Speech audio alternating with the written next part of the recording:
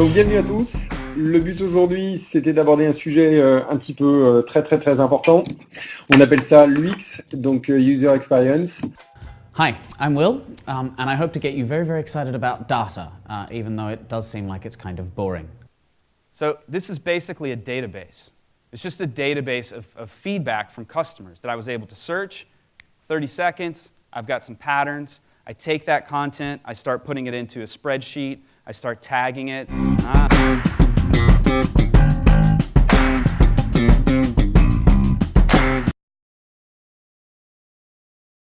Voilà, volontairement, on vous a donné la face un peu ardue de la data, et maintenant, nos intervenants, si vous voulez bien prendre place, vous allez nous apporter la face riante, ou en tout cas le bénéfice que les utilisateurs et les annonceurs peuvent en tirer. Peut-être une question très générale, et éventuellement je vous laisse les uns et les autres la prendre à la volée. Finalement, un monde idéal, ça serait un monde dans lequel les contenus qui nous sont les plus adaptés nous arriveraient de manière, je dirais, fluide sur tout l'ensemble de nos terminaux, avec éventuellement une continuité, etc. Et en étant de temps en temps interrompu par un petit peu de publicité, mais une publicité qu'on n'éprouverait pas le besoin de bloquer, parce que là aussi, elle répondrait à notre profil et à nos goûts et à nos attentes. Et donc, elle ne serait pas considérée comme intrusive. Donc, ça, c'est le monde idéal.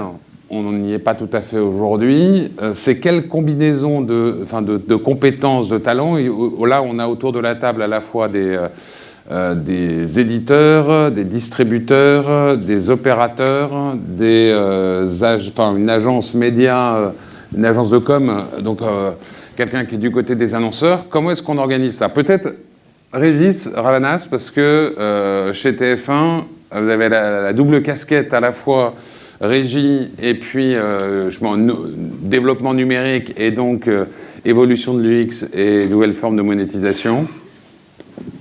Oui, non, je ne gère pas le digital, je gère effectivement la distribution et les différentes activités de business. Ta question, c'est sur le digital ou en général? Parce qu'on observe, nous, quand même, des comportements assez différents des téléspectateurs ou des internautes. L'univers de la télévision, en l'occurrence, on n'a pas le sentiment qu'on soit dans une problématique de résistance à la publicité. En réalité, on voit que la consommation de télévision elle a progressé ces 20 dernières années de manière assez astronomique. On est passé de 3 heures à 3h44 de consommation.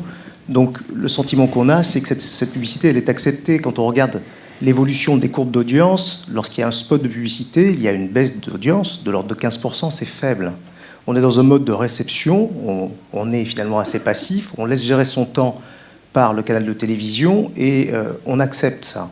Là où on ne l'accepte pas, un peu moins en tout cas, c'est aux États-Unis, où on est passé à 20 minutes de publicité par heure, là où c'est limité au maximum à 12 minutes en France. On est dans un rapport très différent à la publicité.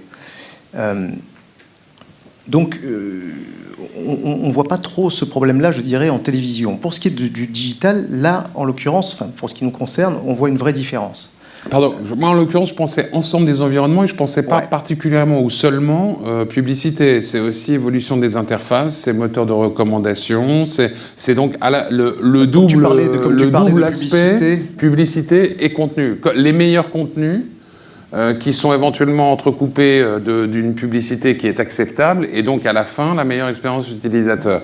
Mais encore une fois, il me semble que chacune de vos compétences ou chacun des métiers que vous représentez détient une des clés pour oui, absolument, mais c'est pour ça. En l'occurrence, je pense qu'on a besoin d'adapter, alors pour ce qui est de la publicité, pour finir, nos messages, ou la quantité de messages en tout cas, au support. Sur le digital, lorsqu'il s'agit de catch-up par exemple, on n'est pas du tout sur le même volume de publicité. On est autour de 3 minutes par heure de programme, lorsqu'on peut aller jusqu'à 12 en télévision linéaire. Donc on voit bien qu'on adapte les choses. Si on parle d'expérience de contenu, et là je laisserai la parole à mes camarades, notamment les opérateurs, que ce soit satellite ou FAI, mais notre sujet c'est Il y a un sujet technique qui n'est pas facile à adresser, parce qu'on voit bien qu'en fonction des plateformes, il y a à chaque fois une techno différente qu'il faut adresser. Et souvent, d'ailleurs, la problématique de gestion de l'UX, elle est liée à l'ad serving, la façon dont l'ad serving fonctionne. Et après, il y a les stratégies qui sont celles des uns et des autres sur la recommandation, sur les services qui peuvent être apportés, sur lesquels nous, on est assez positifs. On trouve qu'on a intérêt à offrir un maximum de services à notre public, parce que s'ils ont un maximum de services, ils le consommeront davantage, et la DEI, la durée d'écoute, continuera à progresser. Donc, de ce côté-là, nous, on est très, très favorables à ce que ces choses-là se développent. Peut-être du côté de Franck Cadoret, le Canal, plutôt dans une problématique de télévision payante, donc dans laquelle le sujet tolérance à la pub est un peu moins prégnant, et le sujet, c'est par contre optimiser réellement l'expérience contenue. Vous avez beaucoup mis en avant l'appli MyCanal. Oui. Personnellement, j'ai même été étonné que dans votre accord avec Free vous délègue en quelque sorte le multi-écran sur MyCanal, ce qui veut dire que toutes les datas d'usage, c'est vous qui allez les collecter. Non, c'est pas étonnant, c'est que Xavier Niel, qui a le sens du discernement, a trouvé que MyCanal était la plus belle application du marché. Je crois que c'est ça. Mais pour vous, en tout cas, c'est une formidable opportunité. Oui, c'est une formidable opportunité. Mais pour revenir plus sérieusement, sur la data, c'est très important pour nous, parce que ce qui compte d'abord, c'est la data utile. Moi, je peux écrire un bouquin sur tout ce qu'il ne faut pas faire et qui ne sert à rien. En revanche, par exemple, dans les contenus, c'est très important parce qu'on va acheter des contenus. Donc toute la question, c'est quelle est la valeur qu'on en extrait avec nos clients par rapport au prix qu'on va payer. Et donc c'est très important de savoir que, par exemple, tel contenu sportif, on va avoir tant de pourcents de clients qui ne regardent que ce sport. Donc on sait que si jamais on ne l'a pas, on perdra ses clients. Et puis il y a des clients qui vont regarder plutôt deux sports. Je vois Thierry qui me regarde à ma gauche. Combien a-t-on de clients qui regardent vraiment MTV, ce qui me permet de pouvoir discuter, parce qu'évidemment chacun pense que son contenu a beaucoup de valeur, ce qui est vrai en l'occurrence pour Thierry. Et toi évidemment, puisque tu t'appelles TF1, parce qu'ils nous prennent tous pour une banque, vous voyez, mais on n'a plus d'argent, donc je cherche pas. Posez la question à Christian Montbrun, je pense que chez Orange, on a l'habitude aussi. Nous, on va vraiment être une banque. Non, mais Orange, c'est vrai, nous, c'est faux. Bon, alors, le sujet, c'est ça. Donc, la data, c'est vraiment important, et je dois vous dire, par exemple, sur l'année prochaine, dans les 3 grandes priorités, les CAPEX qu'on a sanctuarisés, j'ai mis justement, il y en a 2, c'est data et UX. Alors, pas que Canal n'est pas bien outillé, on est bien outillé, mais on doit aller beaucoup plus loin. Je le disais tout à l'heure, pour déjà sur nos achats de contenu, et c'est le prix qu'on met. Donc, à chaque fois, c'est quelle valeur tu vas en extraire et quel prix je suis prêt à payer pour ça. C'est ça le principal sujet. Mais le deuxième sujet, vous l'avez dit, c'est tout ce qui est moteur de recommandation. On voit bien, nous, par exemple, tous ceux qui utilisent le moteur de recommandation ont une consommation qui est 20% supérieure à la moyenne. Bon. Et ce qui compte finalement le plus important, c'est comme la UX, pareil sur tout ce qui est Customer Experience, c'est que les gens utilisent le plus possible. Je vais vous prendre un exemple très concret, Maxime l'a un peu dit ce matin, je ne vais pas dire le nombre exact, mais on a plusieurs millions de clients qui consomment plus de 100 heures par mois Canal.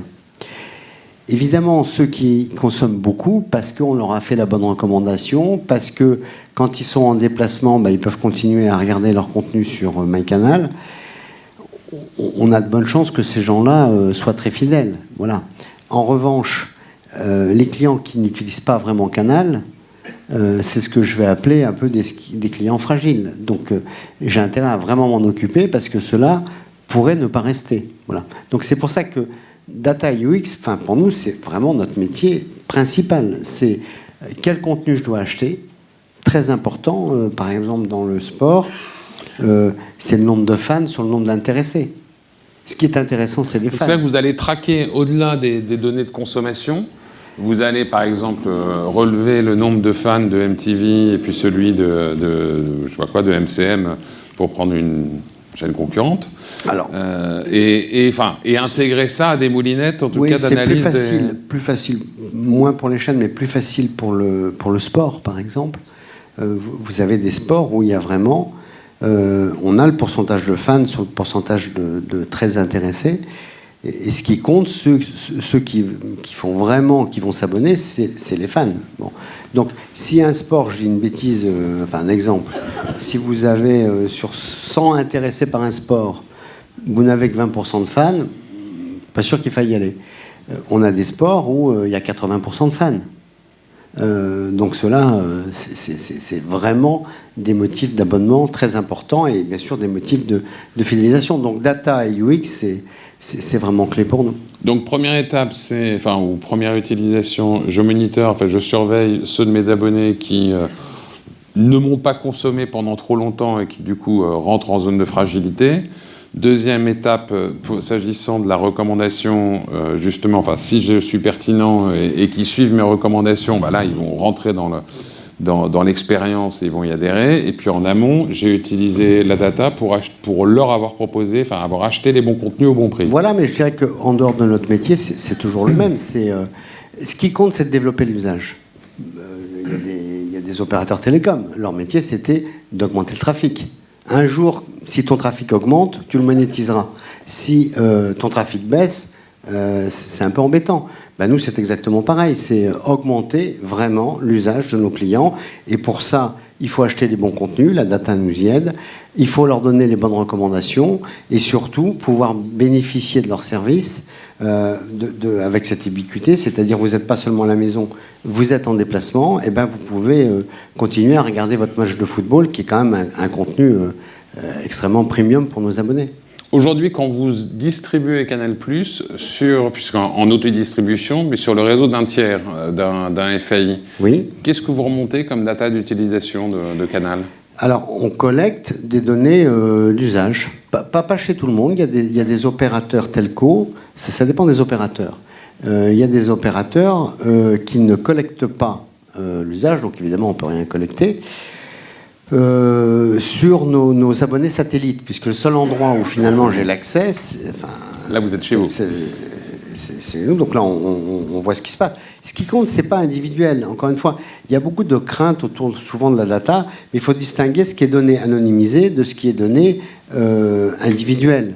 Là, ce qui compte, c'est les données anonymisées, c'est-à-dire combien de gens dans la base vont regarder, il y a 3%, 4%, je ne sais pas, tant de pourcents de gens qui sont monosport sur tel sport, etc. etc. C'est pas donc ça, c'est les données qui nous intéressent. Donc quand déjà sur une base de plus de 5 millions de clients, vous avez des remontées d'à peu près sur 2,5 millions ou 3 millions, vous êtes bien capable, les journalistes, parfois, je sais, mais on discutait de Figaro tout à l'heure, sur 1000 personnes, de dire qu'il va être élu.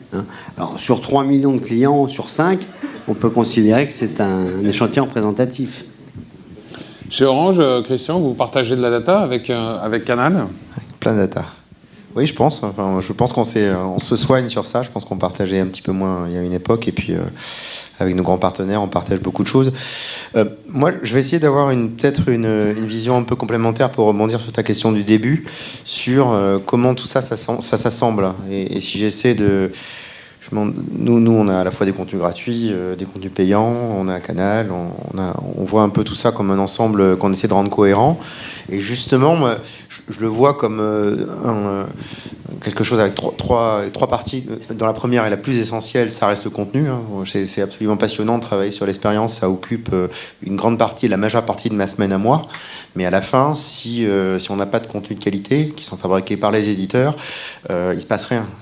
Et on a beau parler de digital, de linéarisation, moi je suis toujours surpris par le fait que le format unitaire du contenu, il évolue assez peu. Alors, il y a quelques exceptions. Véronique nous parle à juste titre des youtubeurs. Ça, c'est une nouvelle forme de contenu qui ont émergé. Mais quand on regarde, il y a toujours des films, il y a toujours des séries, plus que jamais.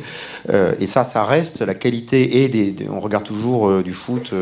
Donc, le contenu reste clé dans tout ce qu'on fait. Ensuite, il y a la qualité de l'expérience et de l'image. Et là... Fabien Dulac nous en parlait cet après-midi. On a quand même le sujet des réseaux, c'est là où on intervient un petit peu. qui est que pour distribuer du contenu de qualité, il y a le satellite, mais il y a aussi beaucoup les réseaux télécoms.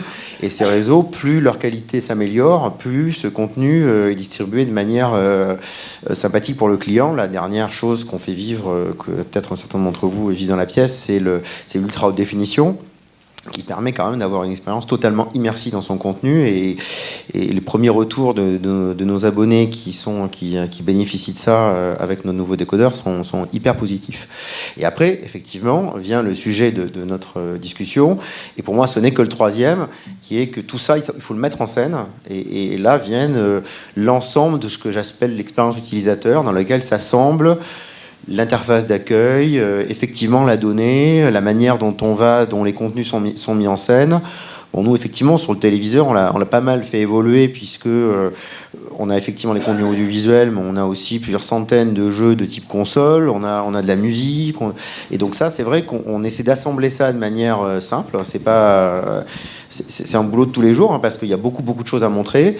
Et puis, on utilise un peu de moteur de recommandation, on utilise des interfaces qu'on essaie de rendre simples, on utilise du multi-écran, c'est-à-dire il y a un certain nombre de contenus qui sont mieux soit consommés sur un écran alternatif, soit pilotés depuis un écran alternatif. Et puis, on a des interfaces de nouvelle génération, comme des interfaces vocales, qui viennent remplacer ou encore améliorer cette expérience utilisateur dont on parle. Est-ce qu'à un moment, optimiser l'expérience utilisateur, ça arrive pas, enfin pour un distributeur, ça ne crée pas un conflit avec les chaînes? Enfin, est-ce qu'à un moment, la notion de marque chaîne ne vient pas en opposition avec celle de l'optimisation, consistant, ce que disait Franck Adoré, à recommander le meilleur programme à un moment donné, même s'il est, enfin, quel que soit celui qui l'édite. Et c'est ce que vous faites d'ailleurs, Régis, maintenant sur MyTF1, qui est de mélanger des programmes de vos différentes chaînes. Ce que vous faites chez vous, est-ce que vous acceptez déjà? Est-ce que de toute façon c'est inéluctable que ça soit fait par Eureka chez Canal, par le moteur d'Orange ou par celui de Wiz TV? Non, Wiz TV. Bon, pour moi, la quasi-totalité des problématiques du digital peuvent se formuler soit dans des oppositions. On peut très bien dire les chaînes essaient d'enfermer les gens dans leur écosystème, les opérateurs aussi. Tout peut être conçu comme des zones de tension.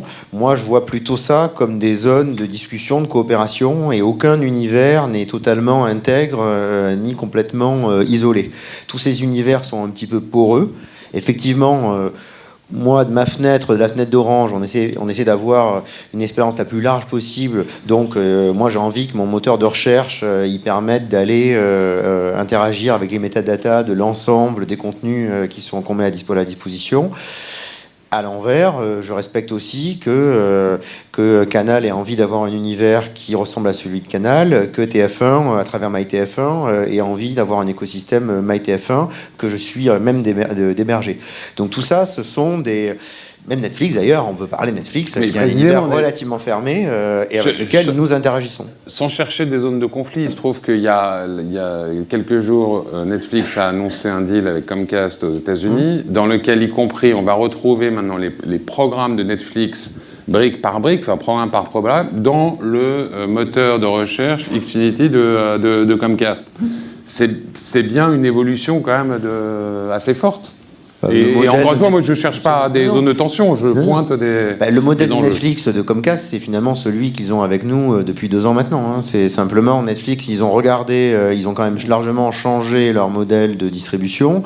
Maintenant, ils essaient de passer par des distributeurs. Dans le moteur d'Orange, tu ne tombes pas sur un programme de Netflix. Ça arrive. Par accident, alors? Pas aujourd'hui, mais là, dans quelques semaines. C'est des choses qui sont... ça arrive, ça va c'est en développement. C'est des choses... Et ça marche sur l'Apple TV, par exemple. Sur l'Apple TV, aujourd'hui, quand tu fais une recherche sur le moteur de recherche de l'Apple TV, les données de Netflix sont bien disponibles. Donc c'est bien quelque chose que Netflix a fait évoluer dans son approche.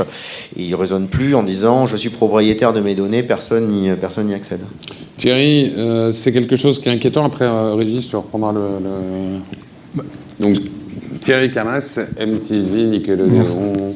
Ce dont on parle est à la fois effectivement assez nouveau, mais ça peut être surtout un peu inquiétant du point de vue du média. Dans le sens où si l'hyperchoix doit à un moment, via la recommandation, aboutir à ce que toute la valeur d'agrégation, d'éditorialisation, de contextualisation du média disparaisse et se trouve réduit à une donnée programme qui remonte par un moteur de recherche, ça veut dire que l'usager, l'utilisateur, ne va plus raisonner en termes d'affinité aux marques médias ou aux marques tout court. Ça veut dire aussi que son mode de raisonnement va avoir tendance à se porter sur les marques ou sur les contenus qu'il a à l'esprit, donc sur son top of mind, et que donc à partir de là, ce qui caractérise le plus notre travail, qui est une certaine forme de créativité, d'inventivité, de pédagogie, d'accompagnement pour la découverte du téléspectateur, de défrichement de nouveaux horizons de contenu, va totalement disparaître. Donc je pense qu'il y a un problème d'équilibre qui va se poser. Il y a un problème de limite, c'est jusqu'à quel point cette vertu d'hyperchoix qu'apporte le numérique doit-elle, ou pas, et c'est aussi un enjeu pour les distributeurs, aliéner plus ou moins, ou compléter plus ou moins, tout le travail que font les médias autour de leurs marques, de façon séculaire ou de façon affinitaire sur les cibles qui les représentent. Donc ça, je pense que c'est, dans l'usage, c'est un vrai enjeu.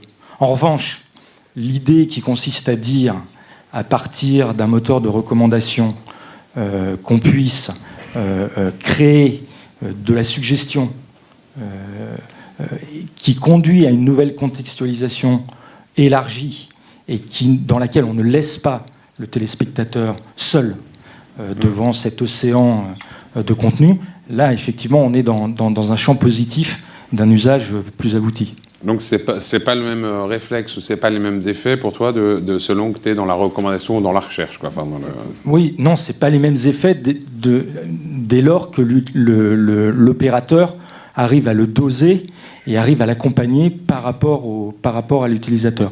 L'opérateur ne doit pas se substituer à ce travail encore une fois, de contextualisation, d'accompagnement, de défrichement qui est celui du média et qui est celui qui nourrit in fine les opérateurs, parce que si les opérateurs se retrouvent demain à cause de la tyrannie de la recommandation avec des contenus qui sont tous de la même famille, tous du même type et qui reposent tous sur le même top of mind de leurs abonnés, à mon avis, ils ne vont pas faire des abonnés pendant des siècles. Donc il faut qu'à un moment, la nouveauté nourrisse, évangélise de nouvelles populations qui fidélisent les abonnés actuels et qui permettront de conquérir les abonnés de demain. Enfin, je ne veux pas jouer aux distributeurs. Régis, c'est un point sur lequel tu rejoins Thierry. Oui, je rebondis sur ce que dit Thierry et je partage sa réflexion. Nous, on a deux sujets par rapport à cette problématique. Le premier, c'est comment est-ce qu'on n'est pas des intermédiaires, c'est vrai, pour comment est-ce que nos contenus sont rapprochés de nos marques, mais on veut aussi pouvoir travailler sur une meilleure expérience utilisateur. Donc on travaille justement avec nos camarades de Canal, nos camarades d'Orange pour aller dans ce sens-là, mais tout en préservant la marque et tout en associant notre marque aux différents contenus, parce que The Voice, ça doit être associé à TF1, d'ailleurs, comme L'amour est dans le pré doit être associé à M6, par exemple. Mais le deuxième sujet, qui est tout aussi important, c'est la valeur, le partage de la valeur. Et dans ces sujets de recommandation, de mix de programmes sur les plateformes, il y a souvent le problème de l'ad-serving. C'est que ce qu'on observe, c'est qu'il est moins facile d'adserver les contenus lorsqu'ils sont sur une plateforme tierce que lorsqu'ils sont sur notre propre plateforme. Et là, il y a un problème de modèle économique. C'est des problèmes qu'on a d'ailleurs chez mon camarade Christian, chez mon camarade Franck. Donc, pour nous, il est plus simple aussi de rester dans notre univers parce qu'on contrôle davantage la façon de placer la publicité dans notre contenu, ce qui est évidemment ce dont on vit. Parallèlement, s'il faut aller plus loin, alors il faut parler de comment est-ce qu'on peut créer de la valeur différemment et éventuellement quel est le coût qui est lié à cette délinéarisation des programmes et ce placement dans notre univers. Peut-être justement, côté monétisation, Jean-Luc Chétry, président du DECAM et directeur général de Cara, full-time,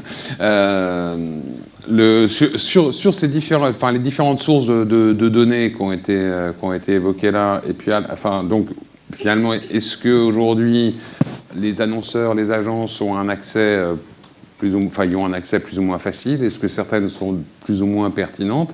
Et puis, est-ce que en même temps, ces données, comment est-ce qu'on concilie ces données donc, de comportement ou sociodémo, etc., avec la valeur de contexte, qui est aussi ce que recherchent les annonceurs et donc ceux qui travaillent pour leur compte? Bon, le terme de porosité a été utilisé. C'est vrai qu'il y a énormément d'informations qui sont disponibles tout le long de la chaîne. Il y a une complexité par le nombre d'acteurs qui l'opèrent. Donc je ne dirais pas que pour un annonceur, c'est extrêmement simple aujourd'hui d'arriver à se repérer dans un monde qui est devenu en même temps un monde magnifique d'opportunités, parce que tout ce qu'on entend, c'est l'opportunité potentiellement de parler à une personne de manière plus en plus précise. Tu évoquais ça au démarrage de cette table ronde, c'est ce Graal d'annonceurs que j'ai connu quand j'étais chez Procter, qui était de dire il faut absolument arriver à donner le bon message à la bonne personne au bon moment, dans le bon contexte. Voilà, tout ça, c'est ce qui est potentiellement possible, sauf que c'est particulièrement complexe. Donc, ce qu'on essaie de faire avec nos annonceurs aujourd'hui, c'est d'arriver à concilier la puissance des médias tels qu'ils ont été démontrés jusque-là, et je reviens à ce que disait Régis, je trouve que c'est très important de garder en tête que parler à 5-6 millions de personnes au même moment sur des contenus très forts, dans un contexte approprié, ça a une valeur, et puis concilier ce qui est désormais possible par cette capacité d'arriver dans un monde digital, donc d'adresser le bon message à la bonne personne. La manière de le faire, c'est un peu ce qu'on est en train de créer, parce qu'on n'est pas encore au bout de l'histoire, c'est d'avoir des projets comme ceux que je vois en train de se créer d'ailleurs sur la géolocalisation entre TF1 et Orange. Vous voyez, c'est moi qui en parle, parce que je pense qu'en effet, on associe la force de TF1 et en même temps on y met de la géolocalisation, donc on met de la data. Je prends l'exemple de Thierry avec ce qu'il a fait sur MyMTV ou sur Nickelodeon, où on prend la puissance du contenu, mais on lui apporte une dimension beaucoup plus personnelle, où on peut reconstruire, relinéariser finalement des contenus délinéarisés.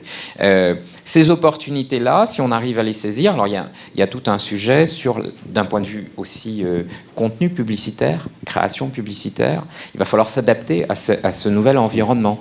Donc dès qu'on est géolocalisé, ça veut dire qu'il faut qu'on ait une capacité à avoir des messages différents en fonction de l'endroit où on les distribue. Enfin, il y a une grosse révolution de contenu aussi à mener, mais je pense que c'est un vrai travail de la chaîne de valeur qui est ici représentée, que d'arriver à profiter de ces opportunités, parce que fondamentalement, c'est quand même une opportunité qu'on est en train d'ouvrir. Puis dans ce que tu dis, il y a aussi un enjeu création publicitaire. En fait. Oui, on a vécu dans un monde pré-smartphone, pré-digital, avec des formats publicitaires qui étaient parfaitement établis. Bon, il faut tenir compte de la révolution dans laquelle on est. Et quand on est sur le monde de l'e-sport, comme l'évoquait Véronique, on va peut-être pas venir avec juste le format pré-roll 20 secondes. Il faut peut-être trouver d'autres façons d'inscrire les marques dans ces univers publicitaires qui sont en train de s'ouvrir. C'est en train de venir. Pour résumer, Régis ou Christian le feront bien mieux que moi.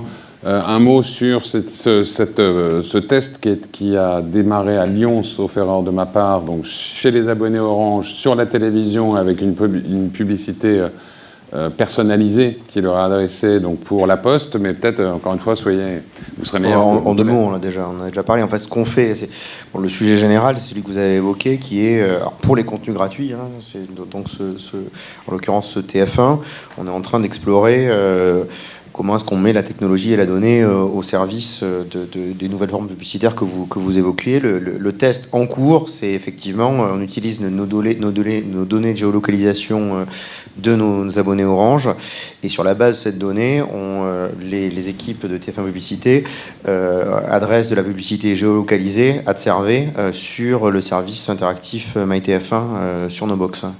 Donc c'est effectivement sur un échantillon de population, et donc ça préfigure l'avenir sur des choses évidemment beaucoup plus élaborées qu'on pourrait faire.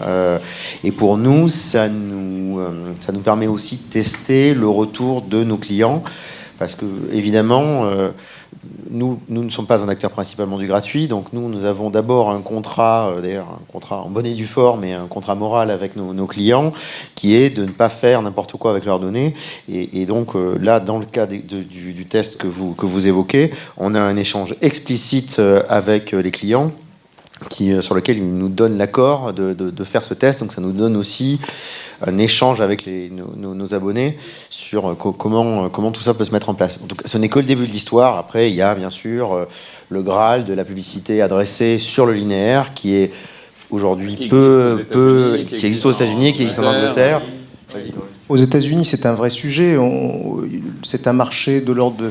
C'était autour de 400 millions de dollars en 2015, c'est 900 millions de dollars en 2016 et ils attendent 2 milliards à peu près en 2018.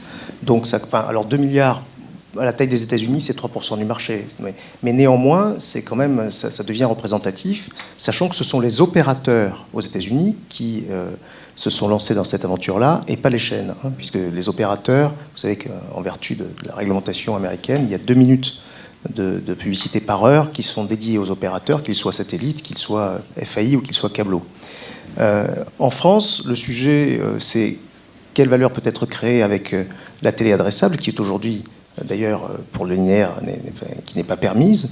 Nous avons, au sein du SNPTV, mandaté un institut qui s'appelle Demain pour développer une étude, pour justement mesurer la taille du marché et savoir s'il y a vraiment un sujet.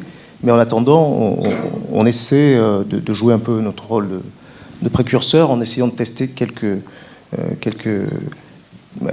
POC avec nos camarades d'Orange pour essayer de voir ce que ça donne. C'est formidable parce qu'au moment où tu as dit la publicité adressée n'est pas possible en France, le président du CSA est entré et je me suis dit on lui posera la question tout à l'heure parce qu'on n'a pas senti non plus jusque-là une extrême virulence du CSA sur ce qui s'est fait sur Internet, sur les flux live, ni d'ailleurs sur l'histoire sur votre test lyonnais. Peut-être Franck Cadoré, sur Canal plus Régie avait paru assez en pointe avec un projet qui s'appelle Aladdin, de télévision personnalisable, de publicité personnalisable. On n'en entend plus beaucoup parler. Non, on travaille dessus, mais on a beaucoup de sujets, on a parlé de beaucoup de sujets en ce moment, donc voilà, mais on est exactement comme mon petit camarade, on croit beaucoup à la publicité adressée, et Aladdin, c'était de la publicité adressée. Et vous avez, avec un calendrier déjà on a un calendrier, mais on a eu aussi beaucoup de discussions avec nos amis opérateurs, parce que c'est quand même eux qui sont les acteurs principaux dans ce domaine. Parce qu'en tout cas, c'est effectivement un des points qui ressort de l'observation des cas étrangers.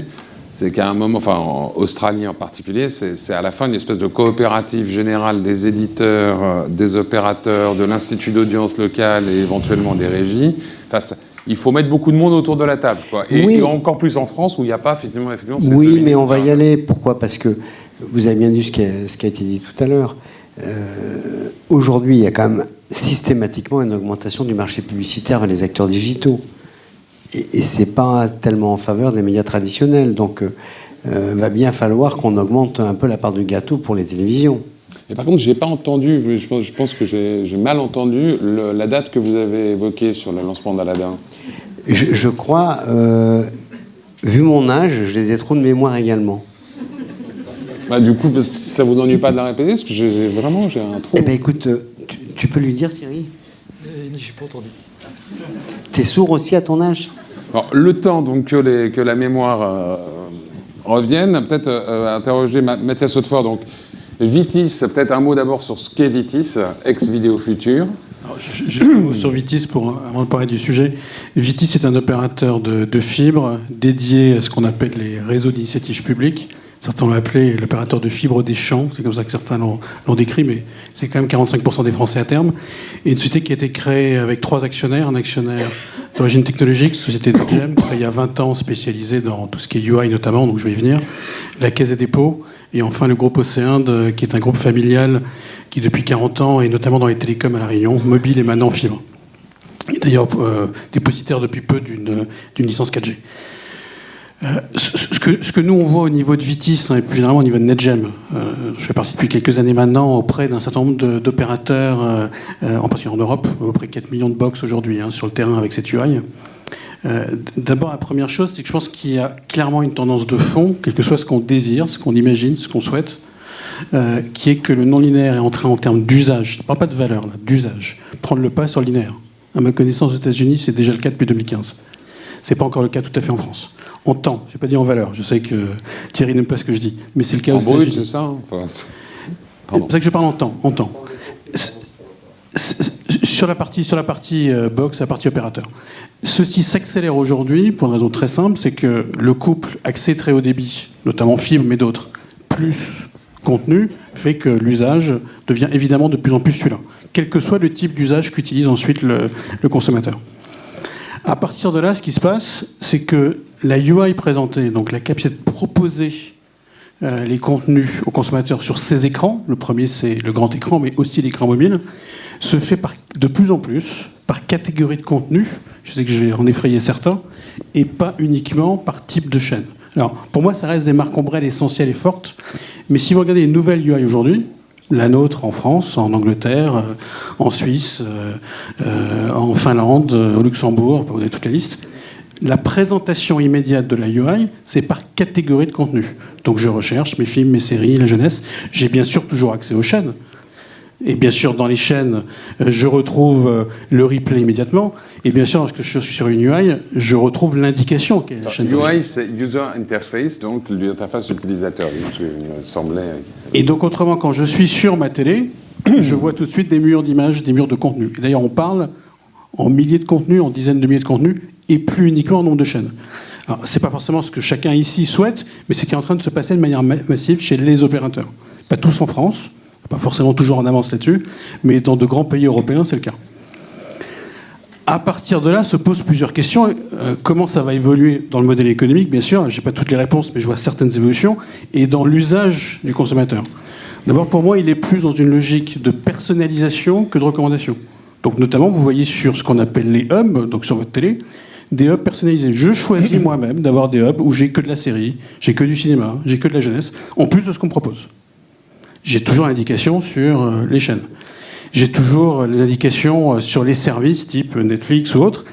Et d'ailleurs, les anglo-saxons ont un terme là-dessus, ils appellent ça le deep link. Ce qui veut dire, c'est-à-dire que j'ai un lien profond entre les services proposés, par exemple par BBC iPlayer, un des plus grands services de replay au monde, ou Netflix, et l'indication qu'on me donne tout de suite dans mon hub principal.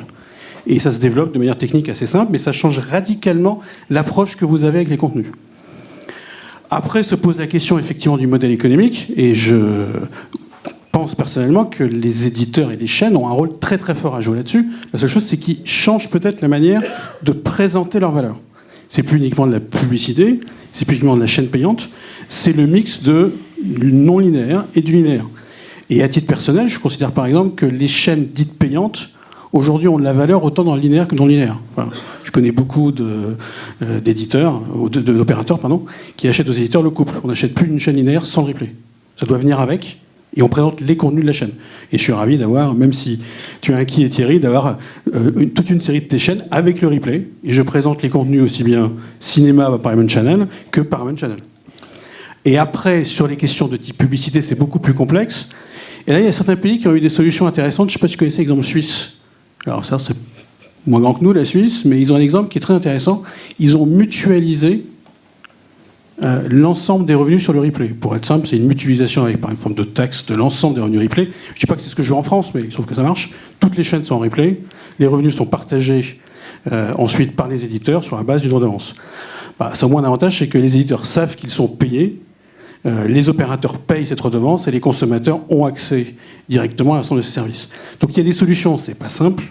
Je pense personnellement que ces solutions de type paiement des replays par les opérateurs, et d'ailleurs les chaînes gratuites aujourd'hui, je vous rappelle, font toutes payer leur replay. Tous les non-linéaires sont payés par les opérateurs. Ou de type mutualisation sont peut-être plus faciles à mettre en place pour le consommateur et pour l'opérateur que de la publicité liée à du non-linéaire. En tout cas, ce qui est clair, c'est que ça change radicalement la manière dont le consommateur voit ses contenus et l'usage qu'il en a. C'est pas exactement ce qu'on fait en France aujourd'hui, mais je suis persuadé que ça va évoluer de manière très très rapide. J'ai le sentiment que Thierry n'était pas totalement convaincu. Non, mais dire qu'aujourd'hui le délinéarisé substitue au linéaire, je pense, n'est pas juste, pardon. mais en revanche, qu'il y ait une complémentarité totale entre le linéaire et le délinéarisé, ben c'est évident. Après, tout repose dans la façon dont on va raconter ça au téléspectateur ou à l'utilisateur. Et on retombe à nouveau dans la logique de valorisation de l'expérience. Il est évident que, je prends l'exemple de Young Pop sur Canal en ce moment, mettre les épisodes en replay immédiatement après la diffusion sans mettre toute la série en intégralité, bah, ça crée un manque chez l'abonné, une petite tension. Certains diront que c'est une frustration, d'autres diront que c'est un bon moyen pour le faire revenir la semaine d'après et le mettre dans une narration et dans une attente qu'il va partager avec ses amis, qui va faire grandir la notoriété du programme ou autre. Donc le binge, la série en intégralité peut avoir une valeur dans un certain contexte de consommation.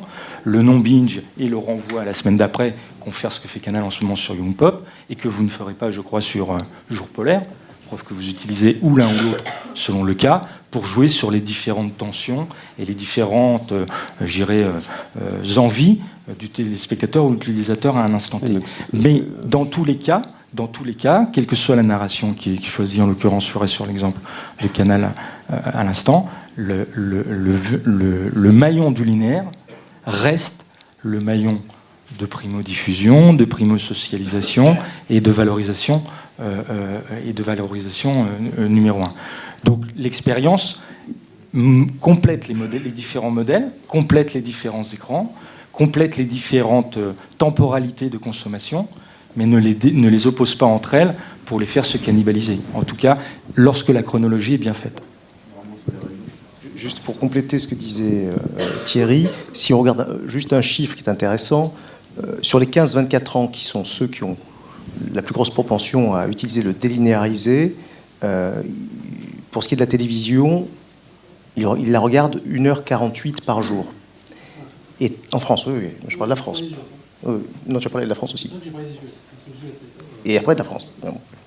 Et sur ces 1h48, 13 minutes sont du délinéarisé. Donc certes, ça progresse, mais ça reste aujourd'hui très minoritaire. Enfin, juste un petit mot là-dessus. Enfin, pour revenir sur ce qui a été dit. Bon, d'abord, évidemment, tout ce qui est catch-up, c'est très important, mais il faut le démoyenniser. Parce que autant Thierry a raison sur les séries, c'est un usage majoritaire. En revanche, sur les contenus sportifs, je vois Didier en face de moi, sur le foot par exemple, c'est que du live. Enfin, ça n'existe pas que, enfin, rarement qu'on va voir un match en replay. Donc déjà pour nous, tous nos contenus sportifs, c'est du live. Le replay, évidemment, pour les séries, ont un impact énorme. Donc c'est pour ça qu'il faut se méfier c'est un usage massif, mais il faut se méfier des moyennes. Le deuxième point sur ce qui a été dit, c'est que d'abord, il faut quand même saluer l'effort considérable des opérateurs. Je ne veux pas citer Orange, mais tout à l'heure, Fabienne Dulac. Moi, je trouve ça énorme. Ils ont investi 17% dans les réseaux. Dans un marché télécom qui, en valeur, a perdu 600 millions, de passer de 12% de CAPEX à 17%, c'est colossal. Donc, déjà, il faut bien se rendre compte de ce que ça veut dire pour les opérateurs. Et pareil pour la UI, quand chacun nous demande sa UI spécifique, on a un sujet quand même, on ne peut pas dire que tout va être possible, parce qu'on ne peut pas faire des développements à chaque fois pour toutes les chaînes, c'est pas possible. De dire que... Non, c'est pas vrai. Enfin, déjà, les investissements sont... Mais c'est gigantesque. Enfin, quand on parle de 17%, c'est de l'ordre de 3,5 milliards d'euros par an. C'est pas 3 sous. Bon. Quand on parle de UI, MyMTV, qui est formidable, qu'on va faire chez Canal, mais... Je ne peux pas faire ça tous les matins non plus. J'ai pas assez de développeurs pour à chaque fois qu'il y a une chaîne qui arrive. En plus, le consommateur, il est un peu perdu parce que qu'est-ce qu'il nous demande ? Il nous demande d'avoir plutôt une UI très simple où il s'y retrouve et qui est toujours la même. Là, on a changé MyCanal. Ça s'est très bien passé, c'est super. On a une autre UI. Je suis persuadé qu'elle est bonne. J'ai dit, mais on n'y va pas comme ça. On va d'abord faire un test sur 10 000 clients. Parce que j'ai trop vécu des changements de UI où tu as l'impression que c'est bien, mais c'est compliqué pour les gens. C'est la valeur de la stabilité, disons, et de la simplicité. Ah, mais bien sûr. Même une UI meilleure, si vous changez les habitudes des gens, ils peuvent être complètement perdus. Donc vous croyez que vous avez raison, mais enfin vous avez raison tout seul. Donc de dire qu'on va faire tout ça, enfin, remettons quand même le client d'abord au centre de tout ça. D'abord, ce qui est important, c'est d'avoir des réseaux, et il faut rendre hommage parce que c'est vrai que la catch-up, c'est un facteur formidable de fidélisation. Avant, les gens devaient attendre 9h du soir pour voir leur film. S'ils n'y étaient pas, moi, ce qui était mon cas, puisque je ne regardais pas les films. Donc après, tu te demandes pourquoi tu payes de la télévision payante. Donc pour nous, le très haut débit qui est en train d'arriver, c'est une chance mais formidable pour la pay TV. Parce qu'on va pouvoir développer tous les usages avancés de la télévision. Et ce qui est important, c'est que quelqu'un qui paye un contenu, il veut pouvoir l'utiliser avec une qualité formidable, avec de la 4K, avec du replay. Je pars en week-end sur ma canal, je peux quand même voir mon match. Enfin, c'est ça qu'ils souhaitent. Donc pour nous, c'est très important, et je vous laisse quand même saluer, au-delà du fait que c'est un partenaire, les efforts d'Orange en matière de réseau. C'est bien. Non, moi, je veux juste témoigner sur quelques chiffres pour aller dans le sens de mes camarades sur ce que nous, on peut mesurer sur la consommation effective. Donc sur presque 7 millions de décodeurs télé, ça fait un peu de monde. Hein.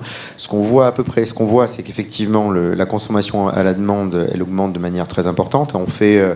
par rapport à l'année dernière, cette année, on va faire à peu près plus 50% de consommation à la demande mois comparable, ce qui a fait à peu près 50 millions de vidéos vues par mois sur la télé d'Orange, donc c'est considérable. Donc effectivement, ça monte de manière extrêmement importante. Si on se ramène au temps de consommation et on regarde le temps linéaire, on a plus 50%, on a un moins, si je prends toutes les chaînes, et nous, on a beaucoup de gens qui sont très... qui utilisent le non linéaire, on est en moins 4, moins 5 sur une base de 90-10. Donc on est loin d'arriver à un moment où les courbes se croisent. Et je ne veux pas remettre une pièce dans le débat, mais moi, ce n'est pas ce que me disent mes alter ego aux États-Unis. Sur un acteur comme Comcast qui mesure des choses tout à fait... qui a un déploiement similaire au nôtre, mesure des chiffres tout à fait équivalents aux chiffres que je viens de donner. Après... Sur l'expérience, moi, je suis un peu d'accord avec Franck. À un moment donné, ça ne peut pas être le bazar. Après, il faut aussi qu'on soit ouvert. Il faut qu'on arrive à avoir une plateforme qui soit... Par le passé, nos décodeurs étaient technologiquement des plateformes qui étaient plus fermées. C'était quand même plus complexe pour l'innovation pour arriver. Moi, je crois à un monde où TF1, MTV peut fabriquer des services chez nous sans y passer trop de temps. Et c'est vrai que sur les sujets publicitaires... On réfléchit à ce que ça soit plus simple pour la régie de TF1 de faire la publicité adressée sur les box d'Orange. Ça, c'est vrai que c'est peut-être un état d'esprit un peu nouveau. À l'envers, ce n'est pas un univers ouvert comme l'Internet. Nous, on croit à l'organisation, on croit à quelque chose qui soit simple, on croit à quelque chose qui donne du plaisir, et qui soit quand même... Là, on est principalement sur des contenus qui se regardent depuis son canapé. Et donc... On n'a pas envie d'avoir 50 fenêtres ouvertes et un univers... Moi, je crois assez peu, et je crois que au store applicatif qu'on voit sur les téléconnectés, aujourd'hui, moi, ce que j'en comprends, c'est qu'en termes d'usage, ça reste plutôt des échecs d'usage, parce qu'un store applicatif, ce n'est pas ce dont le téléspectateur a envie d'utiliser quand il est sur un canapé. On va faire un dernier tour de parole rapide, parce qu'on a... beaucoup fait attendre, et Olivier Schrammeck et l'ensemble de ceux qui sont avec nous. Peut-être, Jean-Luc, sur les aspects de publicité, et ce que disait Christian à l'instant, il a parlé d'ouverture de la plateforme technologique, on peut envisager aussi ouverture à travers cette plateforme à accès à la data. Est-ce que l'UDECAM, les agences, les annonceurs, est-ce que c'est à vous, aujourd'hui, que revient, à ton sens, de former la grande alliance qui va pousser la pub personnalisée en France. D'où viendra l'Impulse ? Écoutez, en tout cas, ce qui est clair, c'est que nous, on y est extrêmement favorable. Qu'on a soutenu les initiatives comme Aladdin, que maintenant il y a une initiative SNPTV, qu'elle nous paraît pertinente. Alors je le dis d'autant plus devant le président Schrammeck, il le sait, j'ai déjà tenu ce discours. Je pense qu'il faut se donner les moyens. Véronique parlait quand même, on n'en parle pas trop, Google, Facebook prennent aujourd'hui 80% du marché publicitaire digital. Il y a une opportunité par la publicité adressée d'essayer de se donner les moyens d'offrir aux annonceurs un accès à des contenus de manière vraiment identifiée, d'accéder à des chaînes qui aujourd'hui parfois n'ont pas leur monétisation, et je parle là des chaînes du CAPSAT qui ne sont pas monétisées comme elles pourraient l'être, Alors que d'un seul coup, si la publicité est adressée, on va pouvoir les monétiser. Donc on va donner l'opportunité à des chaînes qui ne sont pas bien monétisées de l'être. Je ne pense pas qu'on nuira aux grandes chaînes en le faisant, parce qu'elles continuent à avoir, en particulier avec des grands programmes sportifs, mais aussi avec des grandes émissions de flux, de la puissance, et cette puissance continuera à avoir une valeur dans un marché justement qui s'est fragmenté. Donc on s'est fait souvent peur sur ce sujet. Pas la peine de revenir sur des débats un peu du passé, mais on s'est fait peur en pensant que la publicité adressée allait tuer celle des médias qui ont vécu jusque-là par le scale, la puissance. Je crois que c'est totalement faux. Je pense que c'est une opportunité et il faut que le régulateur nous aide à la mettre en œuvre, parce qu'on verra, si on la pilote, si on commence à le faire ensemble, on verra qu'elle crée beaucoup de valeur sur ce marché. Donc à ton sens, l'entrée, c'est par les chaînes thématiques? L'entrée par les solutions, non. Les chaînes thématiques profiteront mais c'est évidemment les opérateurs qui peuvent le faire. 45% aujourd'hui du marché, c'est de la publicité consommée grâce à une box. Commençons déjà par ça. Commençons à ouvrir cette solution-là. Elle est technologiquement possible et économiquement, me semble-t-il, pertinente pour le marché. Christian, tu partages? Absolument. Absolument. Moi, en conclusion, je voulais juste partager une conviction que, selon moi, nous vivons une époque très passionnante dans le terrain des contenus. On a à la fois...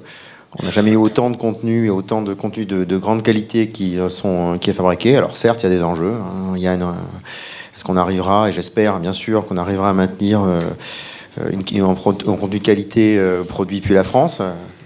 Au niveau mondial, en tout cas, c'est des choses absolument passionnantes qui se passent. On a les réseaux qui sont disponibles, et c'est vrai grâce aux investissements que des opérateurs tels que nous, mais on n'est pas les seuls, font dans les différents réseaux, notamment fixes. On peut imaginer des choses qui vont bien au-delà de ce qu'on est capable de délivrer aujourd'hui. Et puis, au niveau de l'expérience, on est en train aussi de passer à l'étape d'après. J'évoquais les interfaces vocales. Il y a quelques semaines, on a lancé un assistant vocal intelligent qui vous permet d'interagir de manière naturelle avec Orange. Et donc, on peut piloter le décodeur. Et puis, on travaille sur des interfaces autour de la réalité virtuelle, tout un univers d'expérience des contenus autour de la réalité virtuelle. Ça, c'est le monde de demain. Et c'est permis par les réseaux et tout ce qu'on fait. Et donc, je pense qu'on est vraiment juste à l'aube d'une nouvelle vague d'innovation pour les téléspectateurs. Régis ? Pour revenir sur ce que tu disais sur comment faire avancer le sujet de la télévision adressable, je trouve que le SNPTV est une plateforme aujourd'hui plutôt intéressante.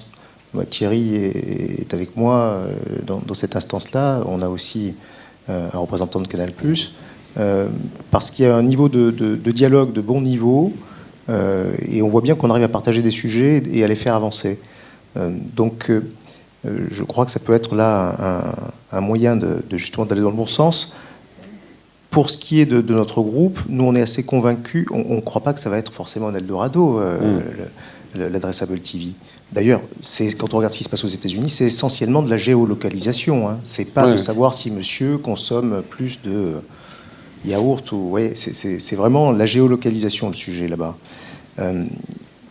Mais on est assez convaincu que si on arrive à allier la puissance instantanée que peut offrir la télévision dans les chaînes nationales avec un ciblage, et notamment ce qu'on peut faire sur le ciblage auprès des acheteurs, ce qu'on fait déjà sans aller jusqu'à la recherche de data aussi précise, mais dans ce qu'on appelle nous le GRP data, c'est-à-dire un GRP qui se construit non pas sur des plans socio-démos, mais sur les quantités achetées, on pense qu'on peut avoir une plateforme de travail très intéressante pour les annonceurs, et donc pour notre modèle économique. Pour moi, je l'ai dit tout à l'heure, data UX et très haut débit, c'est très important pour la Pay TV, c'est très important pour l'expérience qu'on délivre à nos clients, pour le sport, pour que ça puisse suivre. Et si je reviens sur l'histoire de la publicité adressée, je suis convaincu qu'on va y aller. SNPTV est le bon truc. Mais je mets en garde quand même, parce que, juste pour vous dire quand même un truc, parce qu'on ne le dit pas, mais pour développer un service avec une box HTML5, il faut 24 heures. Le même service avec un middleware propriétaire, vous mettez 6 mois. Or, le parc, il y a beaucoup de middleware propriétaires, donc ça ne va pas se passer comme ça.